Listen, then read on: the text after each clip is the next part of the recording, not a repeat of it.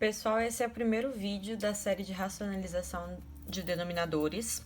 São 3 casos e aqui eu vou colocar 3 vídeos diferentes, separadamente. Esse hoje é do primeiro caso. A racionalização é um processo para tornar o denominador, o númerozinho de baixo da fração, irracional em um número racional, mas de forma que não altere o resultado da fração. Então, o que vai acontecer?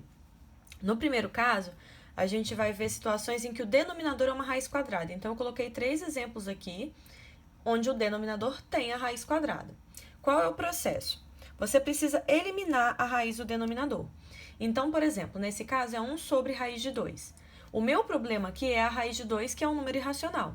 Para que a raiz de 2 suma, eu preciso transformar ela em um número que seja racional. Então, eu vou multiplicar por raiz de 2, já que o meu denominador é raiz de 2. Por que isso? Quando você multiplica uma raiz por ela mesma, ela vai dar um número que tem uma raiz exata. Então, isso vai eliminar. Por que eu tenho que multiplicar em cima ou embaixo? Porque isso é uma fração. Então, eu não posso simplesmente multiplicar a parte de baixo e não multiplicar a parte de cima, porque aí eu estaria alterando o resultado. E a racionalização tem o objetivo de fazer isso sem alterar o resultado. Então, quando você multiplica em cima e embaixo pelo mesmo número, é como se você estivesse multiplicando por 1, que é o elemento neutro da multiplicação. Então, não altera o resultado. Aí, você vai fazer a multiplicação normal. 1 vezes raiz de 2, raiz de 2. Raiz de 2 vezes raiz de 2 vai dar raiz de 4. Lembrando que a multiplicação de raízes é só fazer direto, já que elas possuem o mesmo índice, né? A raiz de 2, como é um número irracional, eu deixo raiz de 2 mesmo. Embaixo eu tenho a raiz de 4, que eu consigo resolver. Raiz de 4 é 2. Cheguei ao meu objetivo final, que é retirar o número irracional do denominador. Acabei nesse caso. No segundo caso, é raiz de 5, e é um pouquinho diferente desse, eu vou explicar por quê. A forma de começar é a mesma. O meu problema aqui é o número raiz de 5.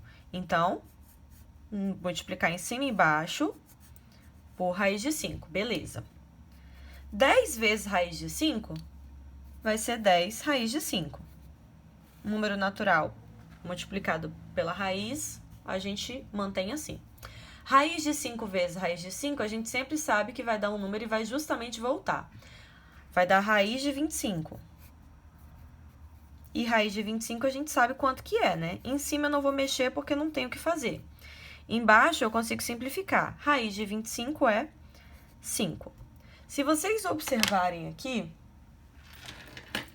eu tenho uma multiplicação entre o número e a raiz. E como eu tenho uma multiplicação, eu consigo fazer a simplificação disso. Então, eu posso fazer a simplificação ou escrever separado. Então, aqui eu já posso dividir 10 por 5, 2. Ou, para quem preferir, pode fazer separadamente. Isso é a mesma coisa que 10 sobre 5 vezes raiz de 5. E depois dividir, dá no mesmo.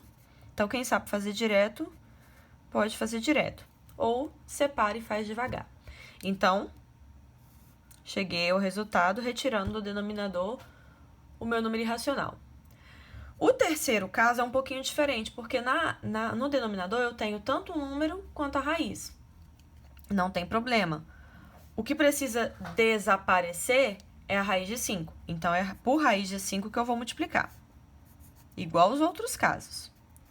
Então, vamos lá. Raiz de 7 vezes raiz de 5 é raiz de 7 vezes 5, que é 35. Então, vai ser raiz de 35. O 3 não tem como multiplicar com ninguém, porque aqui é 1, né? Então, continua o 3. Raiz de 5 vezes raiz de 5, a gente já viu no segundo caso, que é raiz de 25. Aí, você vai simplificando o que der. Em cima, eu não posso fazer nada, porque é raiz de 35.